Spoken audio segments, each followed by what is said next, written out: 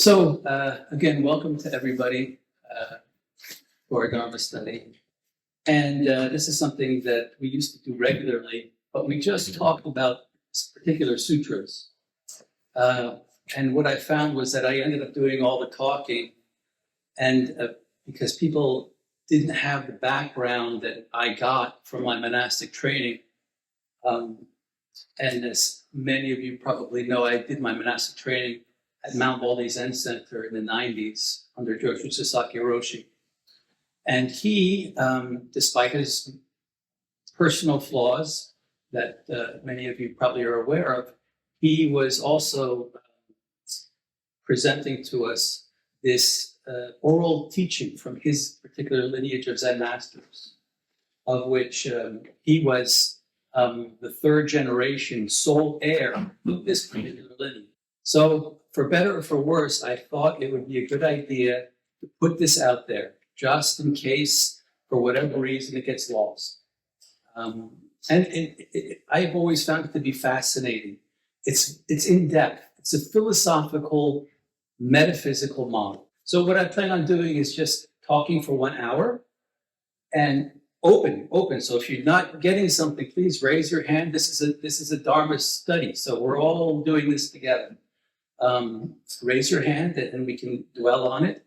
And then we'll take a break and then we'll come back. And the first hour I'm envisioning more as like the presenting the theory. And then the second half, hopefully, will be more applied to practice. You know, how does this actually make sense in our daily lives? And how do we bring it to our formal practice or informal practice? Is that clear? Okay, so how about we all start with a minute of silence, just to center ourselves.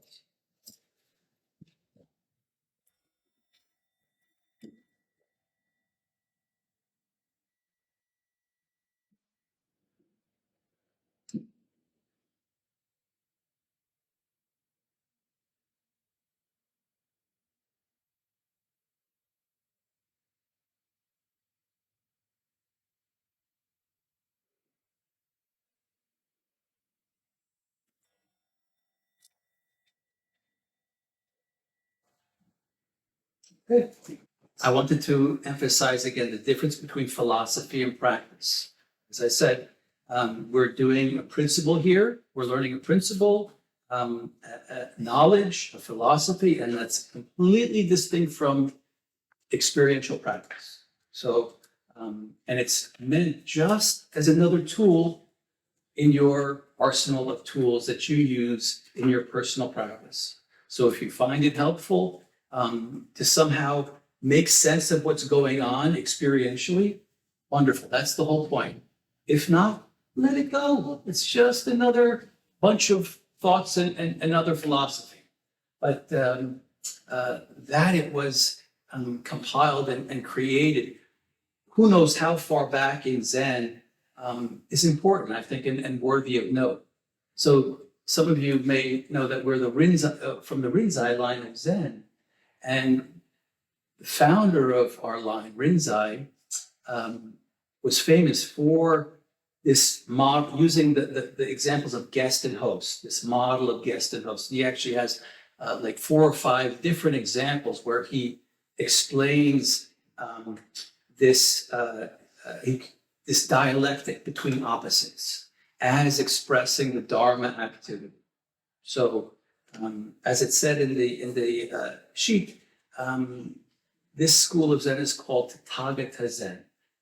And if you look it up on Wikipedia, it says Tathagata Zen is intellectual Zen. And there's even some places in the old koan cases where Tathagata Zen is sort of like looked down on a little bit. But what our teacher told us was that Tathagata Zen included this intellectual understanding as well as the full experiential dimension to practice as well. And so Tathagata, of course, is another name for the Buddha. But the basic teaching where we started was that there are these 2 fundamental opposing and complementary and complementary actions, opposites. So, here we go. So this is Tathagata Zen.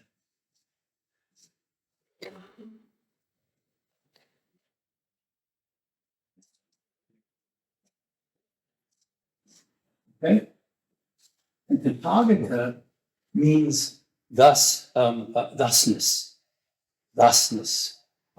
isness, reality, whatever you want to call it. Yeah, that's the best English translation I think I can have. But and this is just, again, as I said, it's another name for the Buddha. The Tathagata was another name for the Buddha. But this model begins by saying that this Buddha, in order to understand the Buddha, in order to the highest degree possible, intellectually, you have to start with dividing this into two fundamental opposites that my teacher designated as Tathagata and Tathagata.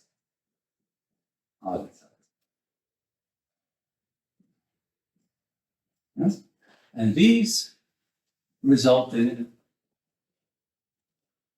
thus come and thus gone. So remember, this is thusness, but then it's divided into that which thus comes, and thus gone. And these opposites can be further divided these are to be understood in the greater Zen literature as equating to the guest and the host. And these are so this is the fundamental dialectic as it appears in the Zen literature. And a lot of people are mystified. What do you mean guest and host? And so this is a way to understand that. And I guess to summarize, the most common way that Sasaki Hiroshi relayed this teaching was that the guest can be understood as the expansive principle. Expansion, and that the host can be understood as contraction.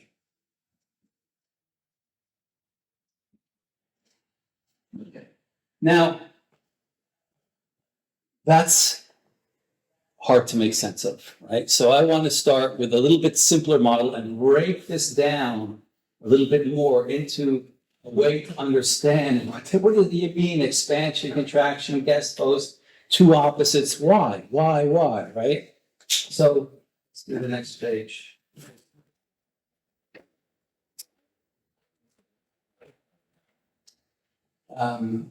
And what I want to introduce is a model called the Trikaya. Anybody familiar with the Trikaya?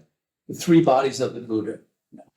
And this was a big part of my teaching for the first 5 or 6 years at Mount Baldy. And then he stopped talking about it and he started talking about other things. But when I was first there, this is all I heard about.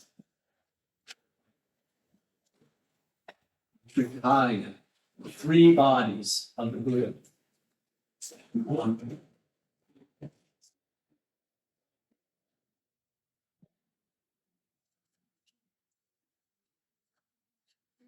And why do we have three bodies in the Buddha?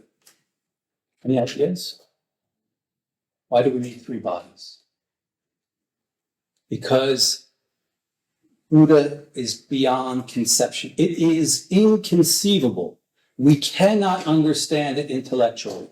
It's beyond all efforts, and all efforts fall short. But if we're going to try, we can make the most sense of it. This was, I guess, determined experientially first, and then how do you put this experience into the best possible words? And so these three bodies were broken down into three, or the Buddha was broken down into three bodies, and it is the Dharmakaya,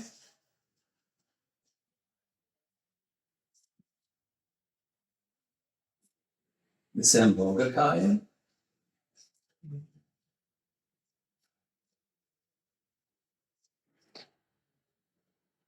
and the Nirmana.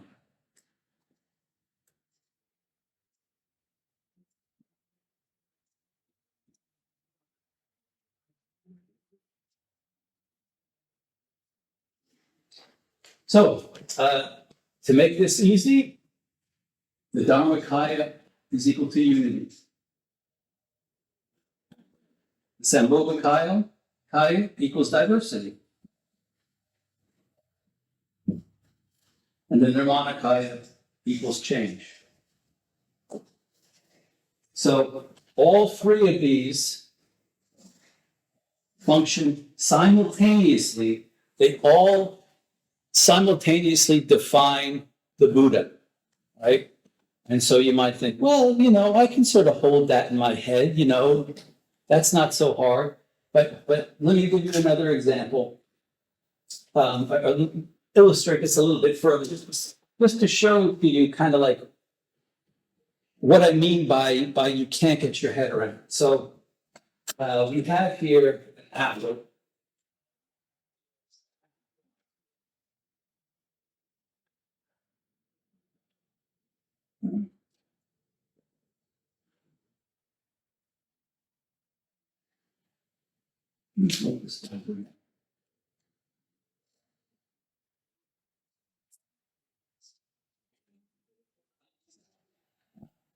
So everybody can see the apple and they think, yeah, no problem. But this apple happens to be, at the same time it's whole, it's also divided in half. Cut right down the middle,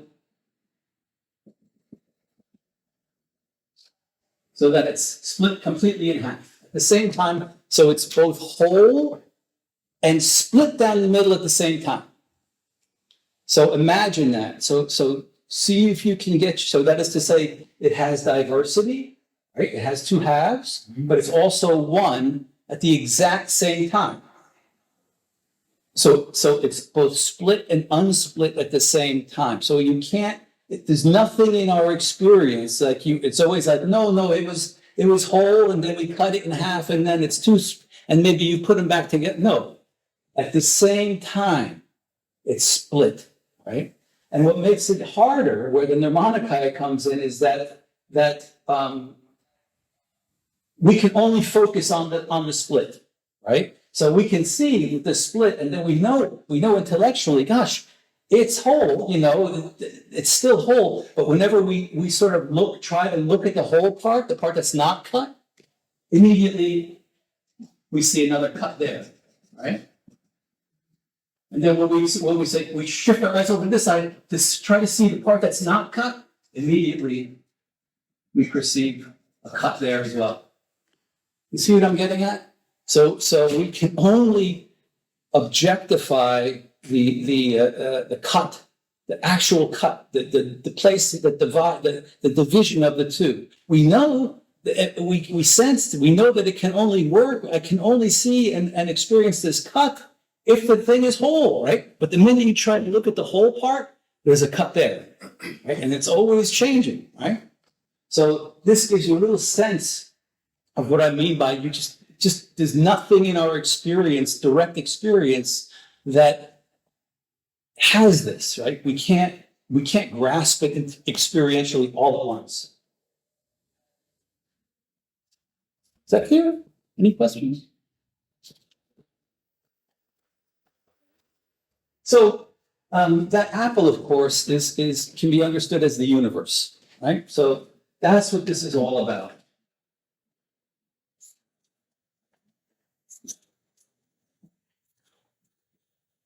And the universe is one. If we break that down to its parts, universe from the Latin is one turning.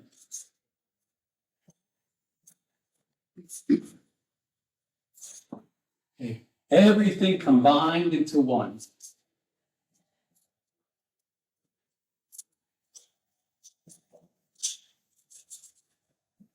Right?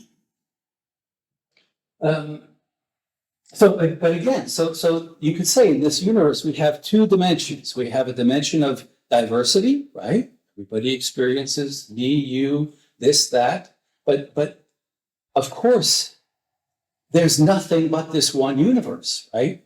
It's all happening as the universe. Every single bit. There is nothing independent. There is no form of diversity independent from that fundamental oneness of which everything is a part, right?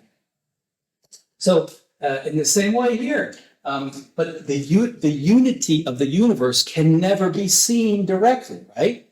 All we can see are its divided expressions, right? But yet how many of us actually incorporate this unified dimension, like actively incorporate this unified dimension into our everyday lives?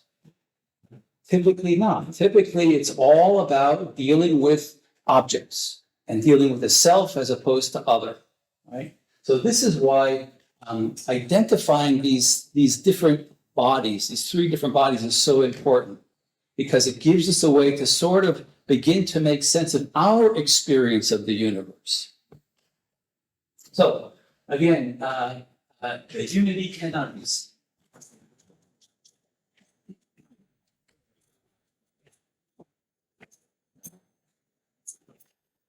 And that means by seen, it means objectified, perceived directly, thought about, whatever it is. You can't understand it. Cannot grasp, let's say, a more general term. So I just want to give a little quick example, just to bring it sort of into a bigger picture. So not just everyday stuff. You know, I want to think of it in terms of like the whole solar system, for instance. So here we have the sun, right? And here is the Earth, the blue planet. And everybody knows that it takes 8 minutes for the light of the sun to reach us. Right? 8 minutes.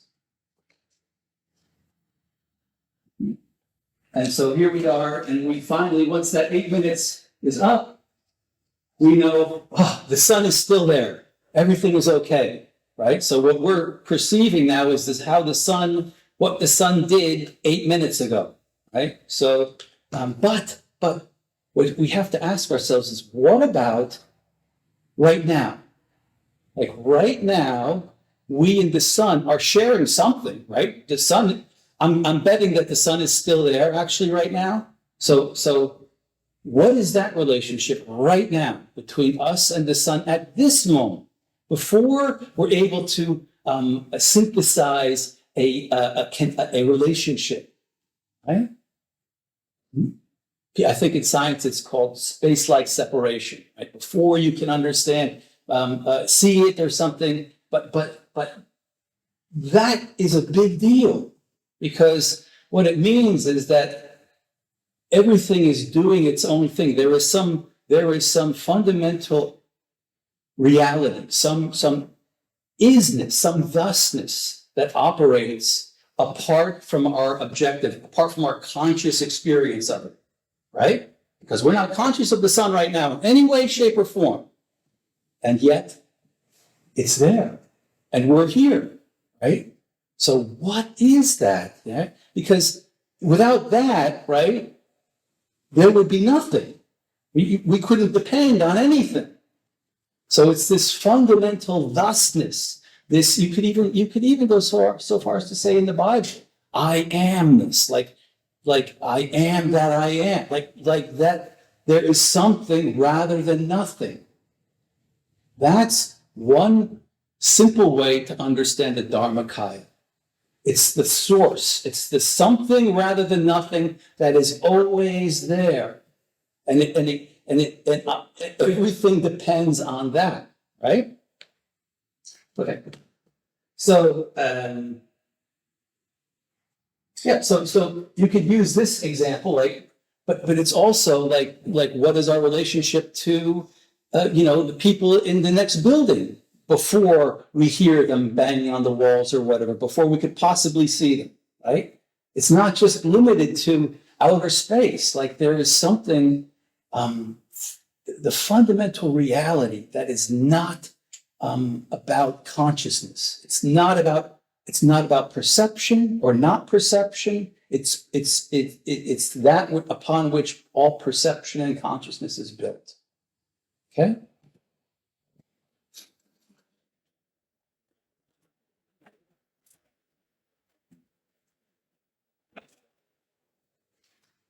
So, what's interesting is that this unknowable, right, is never static. So it's never, and this, of course, what does never static sound like? Their nirmanakaya is change, right?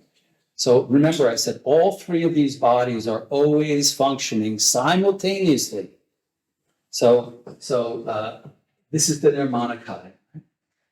So again, this never static, this change, this constant change of the Dharmakaya is how we want to understand the two functions. Tathagata, Tathagata.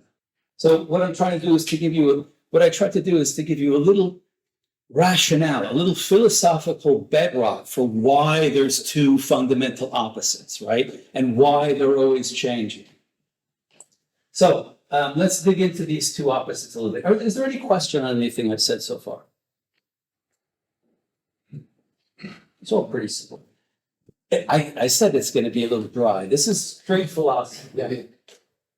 Just from the philosophy standpoint in the Western, maybe you could elaborate on this. We are used to thinking substances. Mm-hmm. The Western thing is an object, which is stable. Even the metaphysics, the ideas are eternal, so the opposite of changing. Yeah, that's our way of thinking. Who says ideas are eternal? Plato. Okay. That's the whole fundament of the Western philosophy. It's actually, so that's the Western idea. And here it's the opposite, as far as I understand. And it's more like process philosophy in the Western terms. Exactly. Yeah. So maybe this is one of the things why it's so not easy to grasp. Maybe I'm sure intuitively we're all used to dealing with objects and fixated objects like I am me and you are you, and let's just try to get along, or whatever we have to do. So it really is a different way of understanding. Somebody said that this, when they heard a little bit of this, that it reminded them of cybernetics, where there's a system involved, and there's the way this whole system works together as a unit. But I never looked into it too much myself. But anyway, anything else? Yeah. Yeah, I have a question. Is it opposites in terms of dialectics, or is it a polarity? Because if it's constantly moving. It's both. Okay. It's both. So they're complementary opposites. The word that I like to use best is conditional inverses. So it doesn't matter the condition, whether it's an absolute condition, like an absolute, and we're going to get into that. That's why it gets so tricky, because there's an absolute polarity, right? And then there's a relative polarity. So, and both are expressing the same fundamental truth, if you will. So it gets a little tricky. But let's right now, so let's look a little bit at guest and host. So I'm going to use that because it's a little easier than Tathagata and Tathagata. So guest and host. So guest equals diversity, expansion, affirmation. It's the active or plus principle. Plus. It's male. And an example would be the exhale. With the host, it's all about unity. Contraction. Negation. Passive. or minus. Feminine, female.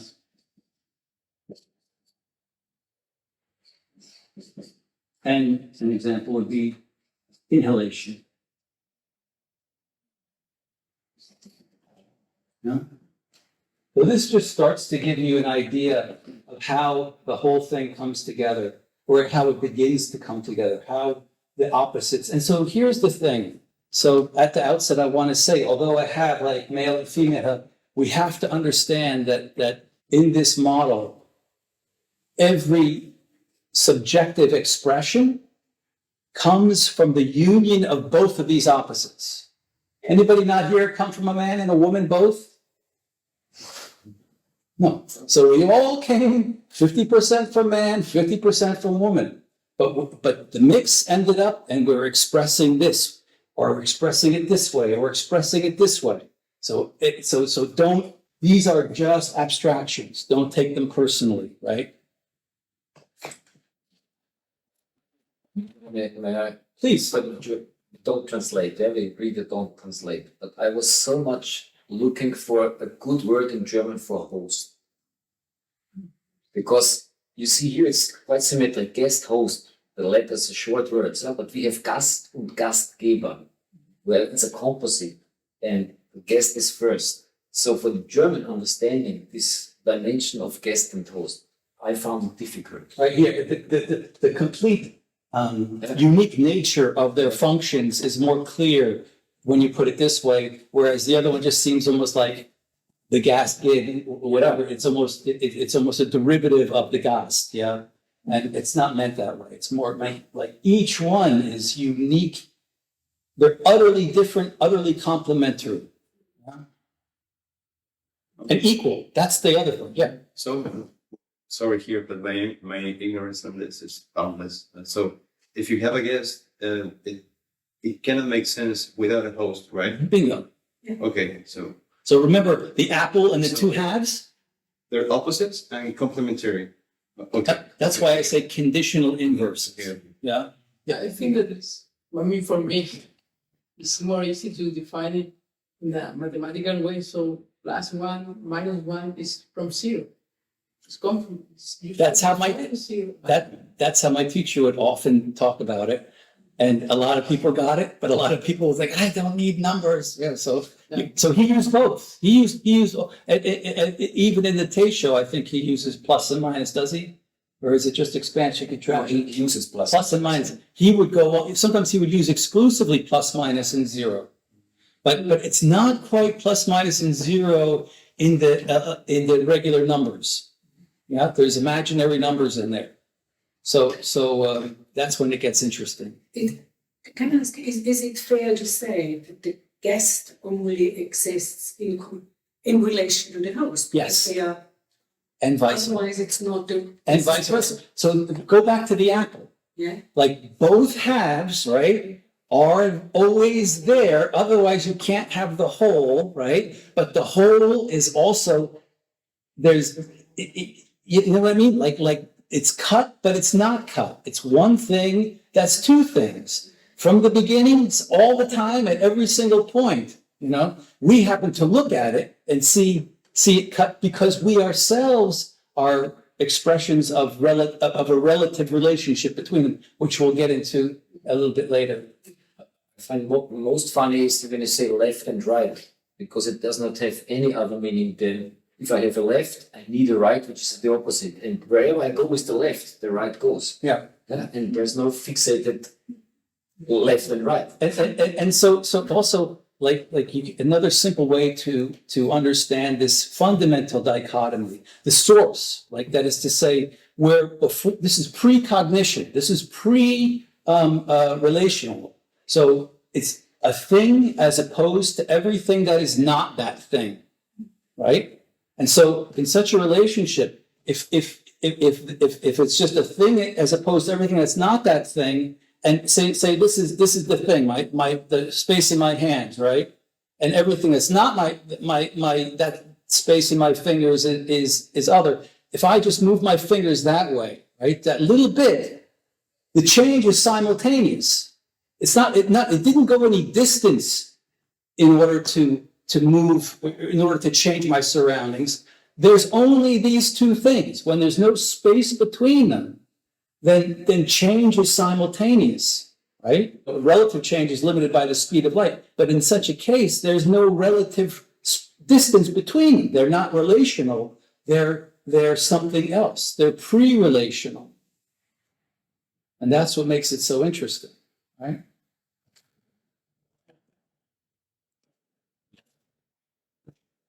We're doing that time. 20 minutes in or 20 minutes left, okay. Or not. Or you could just keep going. No, I don't want to keep going. Okay, so now, if we're clear on that, I want to sort of like expand these models a little bit, make them a little bit more abstract, hopefully a little bit more clear. And so the first one I want to do is, did you read in the Teisho? Let me get my Teisho here. So first, what we mean by the practice of Zen is to clearly contemplate the process that gives rise to each self and how the self is nurtured and educated by that same process. Okay, so we're trying to figure out, and by self, he means the product of any interaction, right? So then he goes, and hopefully now this makes sense to you a little bit more. What we mean by father is the activity, the work, the doing called expansion, okay? The mother means the doing, the work of contraction. Hopefully it's all making a little bit more sense now. A self is born by receiving in equal amount some tiny fraction of these two basic activities of the universe. So that's where we're going to go now, right? So I just wanted to get clear this idea of the source. And the way he describes the source is as what? Anybody remember? These two fundamental actions. So if we're going to make sense of it, fundamentally you can't make sense of it, but if we're going to make sense of it, the only way we can get any hold on it is to say that it goes from the polarized state to the unified state to the polarized state to the unified state, without any distance being formed between them. So, and that, what is that? That's another word for a way to express the third body is Nirmanakaya, change. Remember, we always have to remember that third body. And it's interesting because I remember the first 5 years when he was go on and on about the three bodies of the Buddha, and he always talked about the Dharmakaya. And we all had it up to here with the Dharmakaya. And then he talked about the Sambhogakaya, the fact how diversity came about. But he never mentioned the Nirmanakaya. And these talks would go on for hours, and we'd all be nodding off because we didn't get any sleep.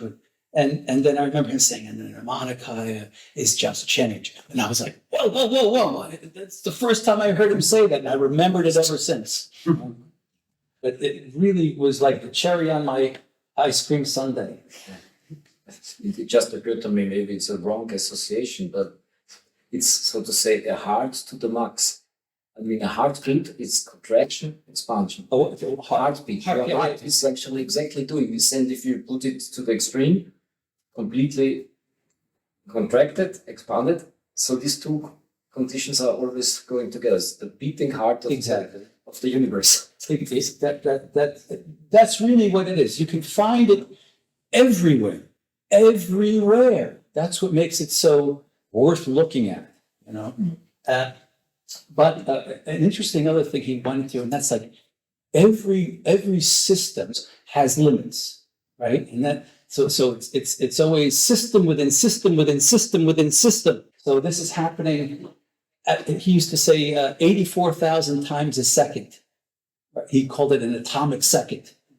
This activity, this polarizing, unifying, or it's also at the scale of the entire universe.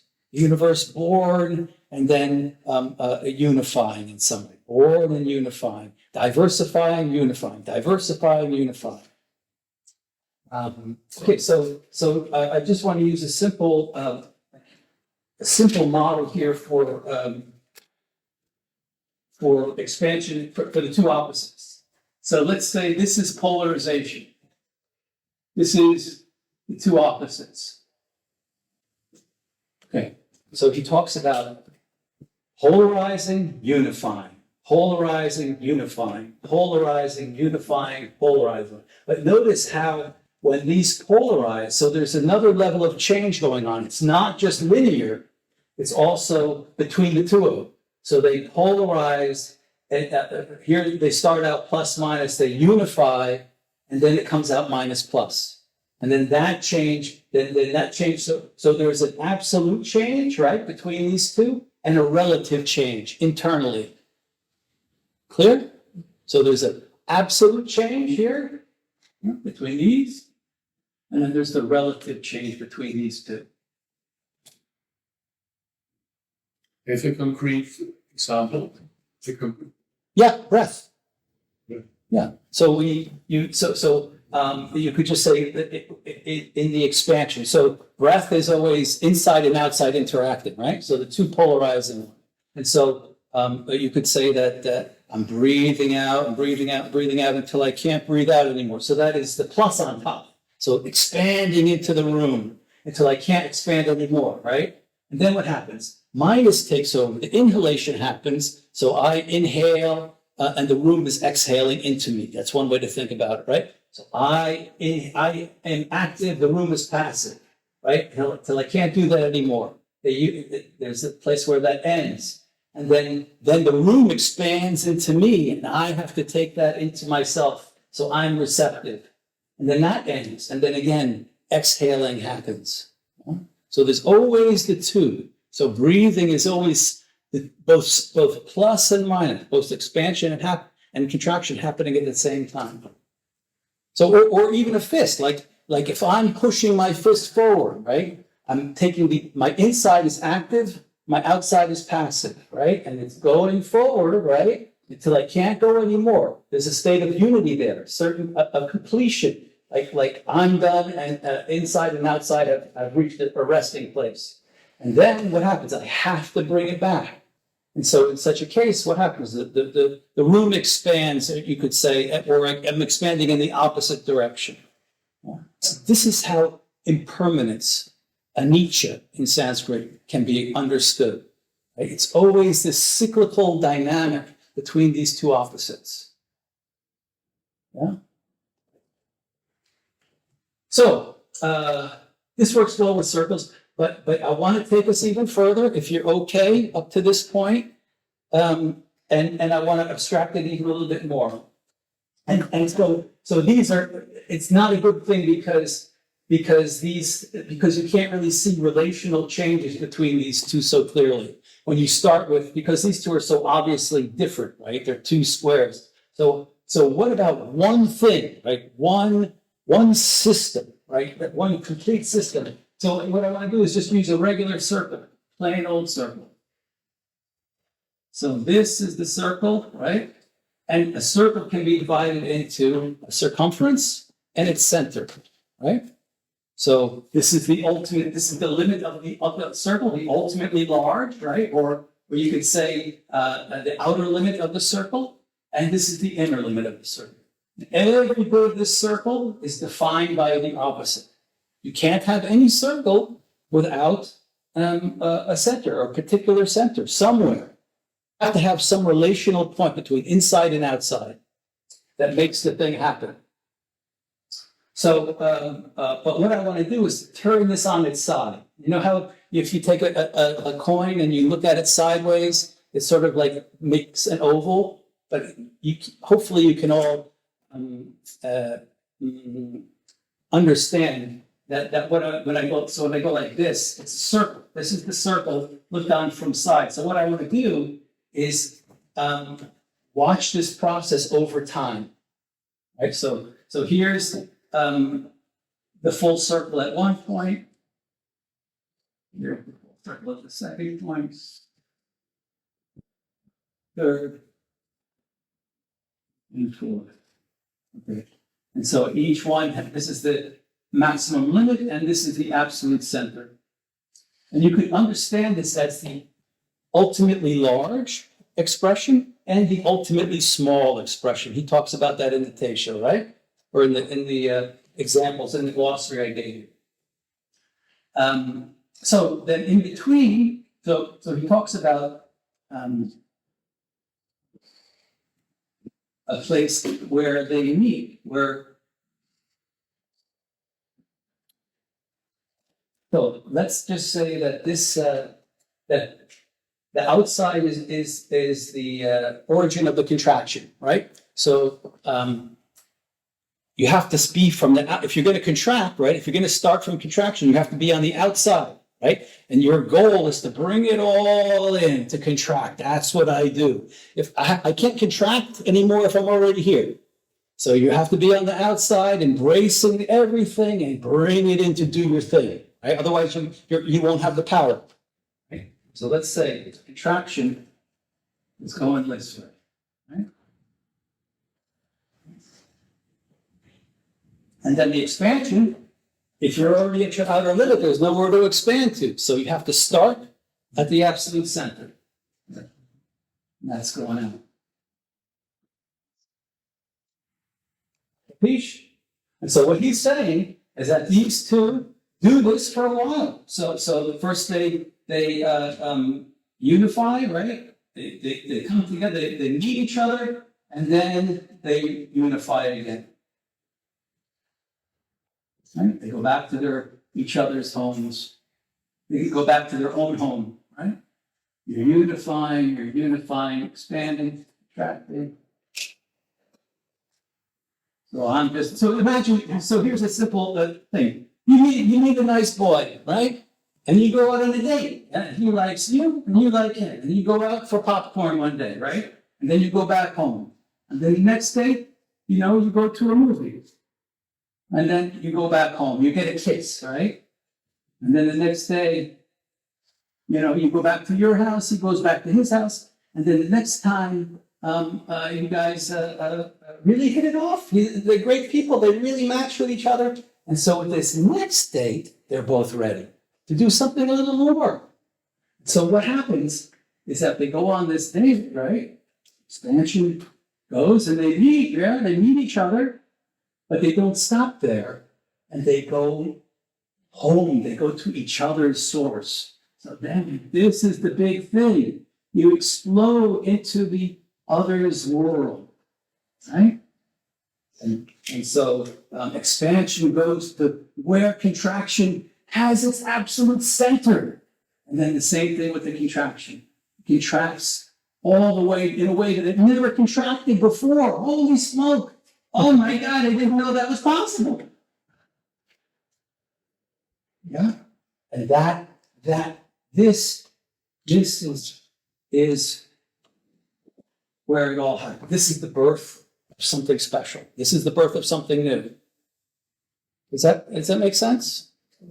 And so this, like I said, this is, you could think of it as going out and meeting somebody, going out on dates, or you could think of it as a hammer hitting a piece of tin. Right? Bang, bang, bang, bang, bang, until finally it goes through.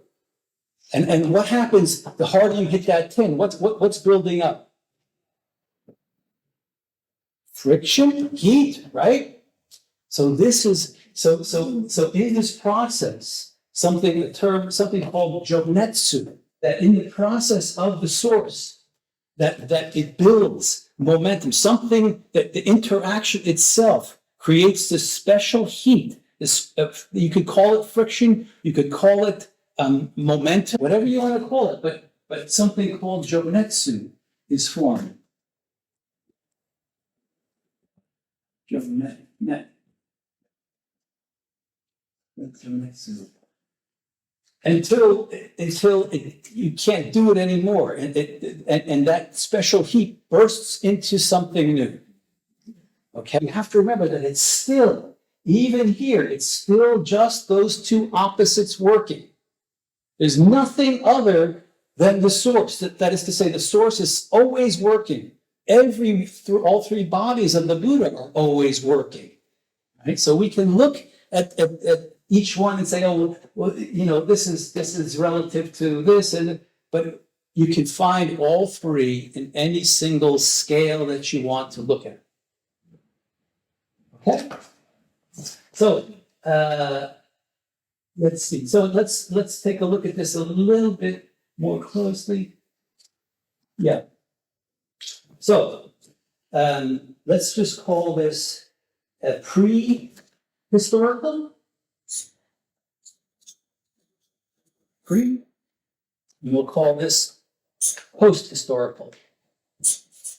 That is to say, before a particular moment, relative moment, and after a particular relative moment. So here you can see what I'm trying to show is that when here, this is what we're picking up here. So here the two opposites have gone into each other's territory, right? And so the special state here is formed where plus is exploring the world of minus, and minus is exploring into the world of plus where they've never gone before. So this here, right, is where the self is born and dies, right? So this is where we live every single moment, right? This is the past, right? We're not right now. Where is the past? We can remember it, but only in the present, right? The past is gone and the future is not here. All we have is this. But of course, we're experiencing it over time. But we're looking at, so here we are born together, and every one of you is born, and every one of you has an inside and an outside, right? You have a past and a future. But let's just talk about the physicality, the inside and the outside.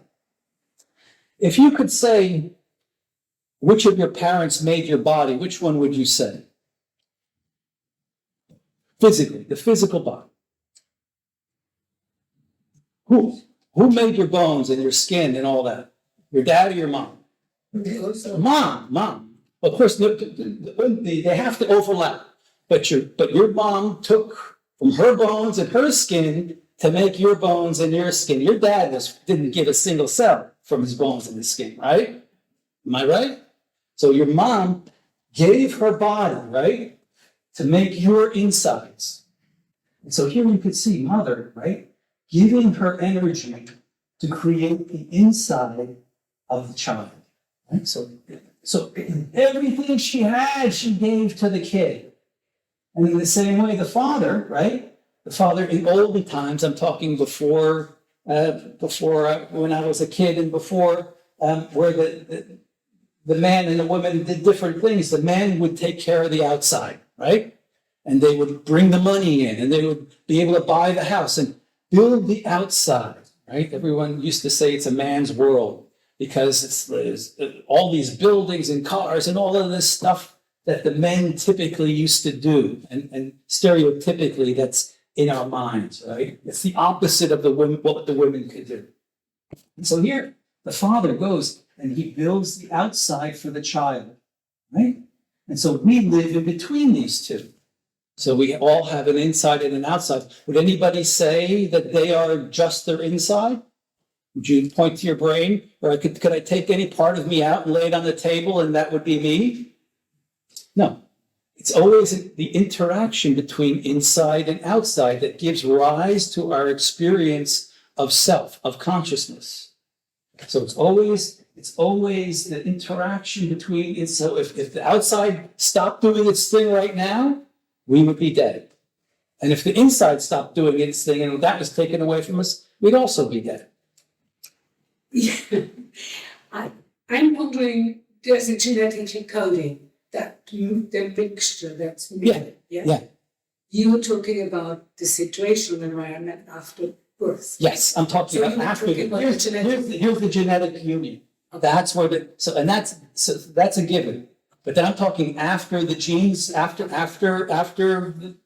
conception, it's up to the woman. So the body of the child, the man can pay for this and do whatever and make lunch for his wife and all these things on the outside, make a nice world on the outside. And so And so this is how the child gets nurtured. So here, this is, you could say birth. This is where the child is born between mother and father. You have your body. So this is where male and female become mother and father. Prior to that, you're not mother and father. You're just male and female. But nobody who doesn't have any kids would be expected to be called a mother and a father, even in today's day and age.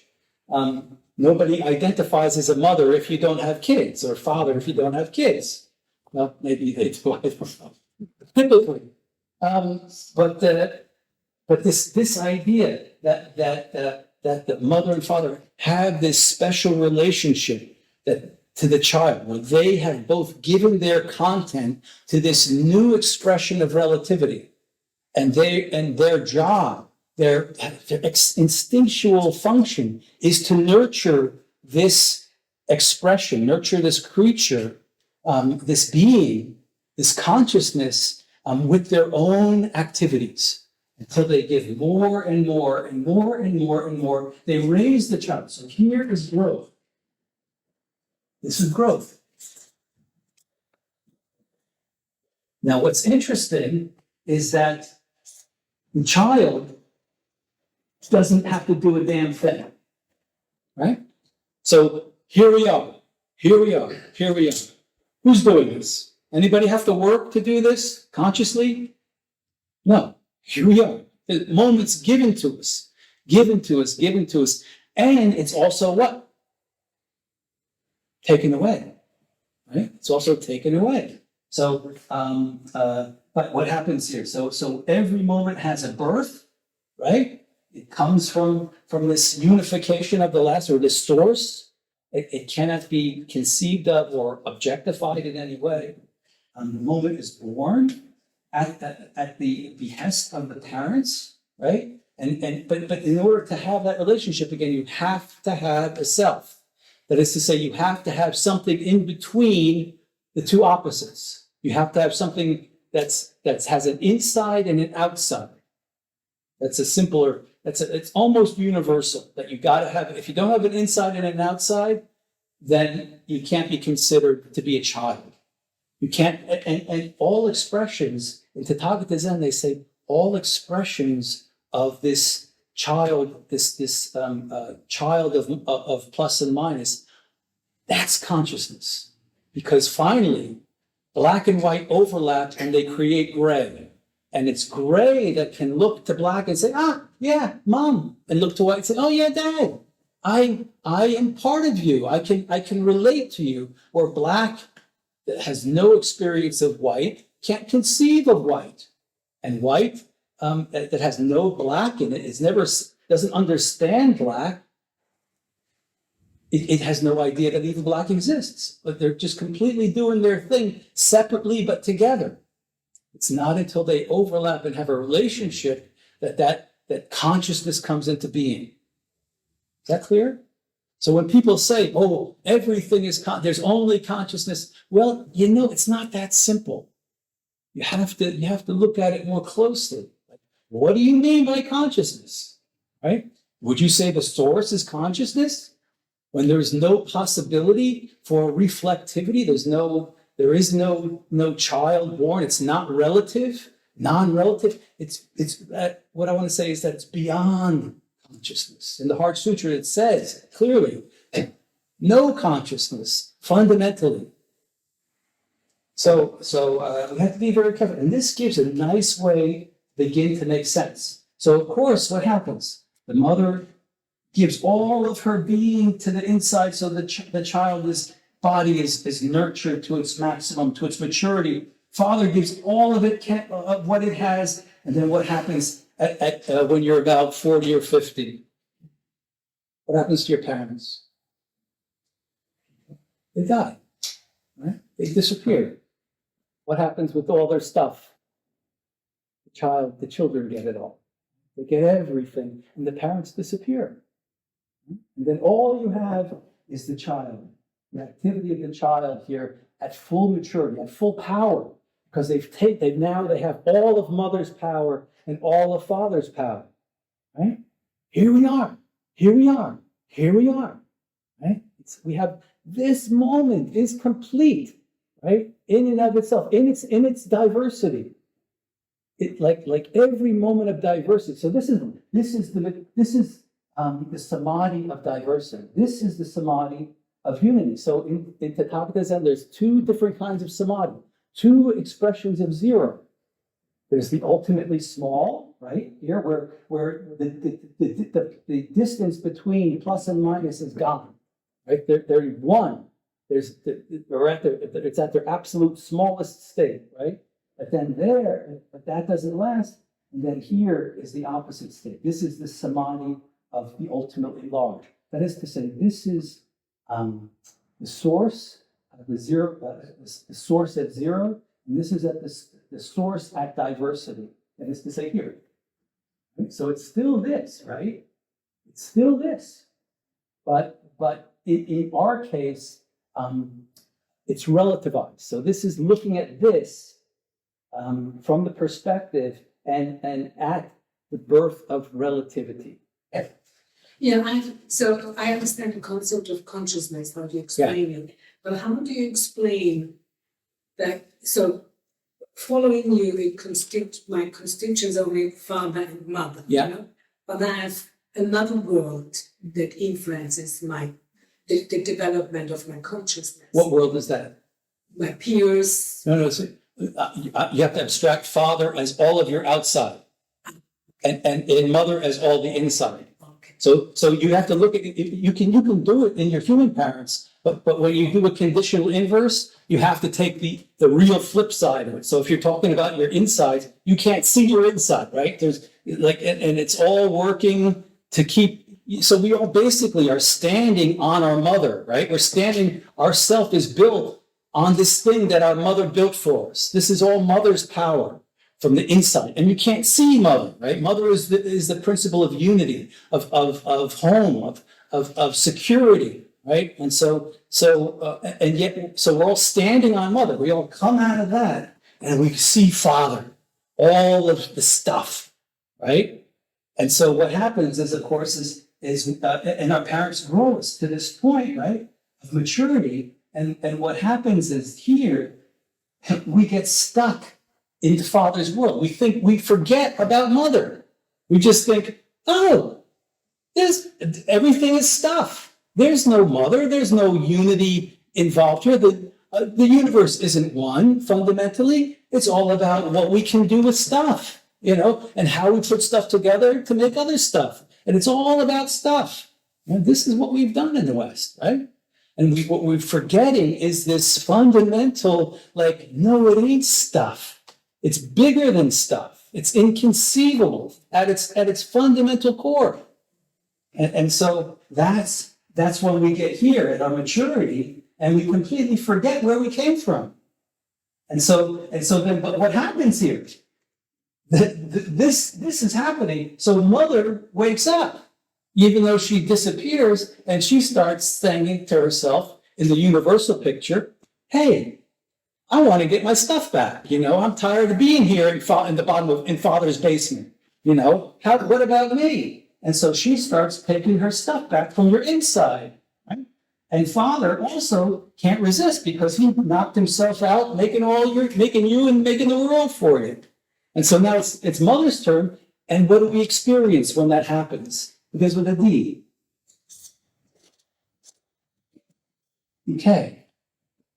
Right? Everything starts falling apart just when we get all the money from our parents, right? And then, now my nose is going to fall off, And so this leaves us like, oh no.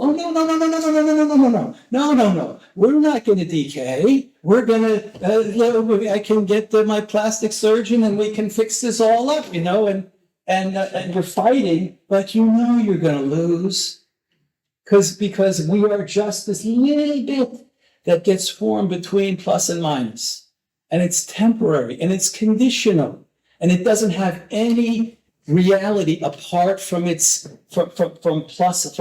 the source, apart from God, apart from Buddha, right? There's nothing. And this is what's meant by emptiness, sunyata. So it's not nothing in the sense of nihilism. No, it's just the opposite of nihilistic. It's an inconceivable yes that we can never even get apart from or define ourselves apart from it in any way, shape, or form. That's emptiness. That's sunyata, right? But what we do is we get intoxicated by father, and we take mother for granted, right? We just I'll live forever. No, you won't. When you're young, you think you'll live forever, right? Because why? Your parents are busting their butts to make sure you have shoes and the food, right? So we just take it for granted, and we just start going with it. Make sense? How are we doing on time? So it's conceptual, right? It's not because it's for me, I'm thinking about father and mother terms, but you raise it a level above. It's at every level. It's an okay. I'm talking here in terms of you could take it down to the wood floor, right? This thing was born from a sawmill and a log, right? And effort came from plus and minus and created each one of these pieces. It gets put together. It's not going to last forever. It's going to fall apart. There's nothing. The thing is that the wood doesn't care if it falls apart. Why? Because it's so simple. It knows that it's not going to be. It's just as conscious as we are, except that not so complicated, right? It is to say, it has a mother and a father. It has a past and a future. It has an inside and an outside. It was born by. It was given its being by its surroundings, and those surroundings will take it back. Isn't that cool? Mm-hmm. So, how are we doing on time? 3:20. 3:20? It's now 3:20. And we started at 2. Oh, let's take our break, guys. Let's take 10, 15 minutes, please. Questions? You're ready for a break. Let's take a break.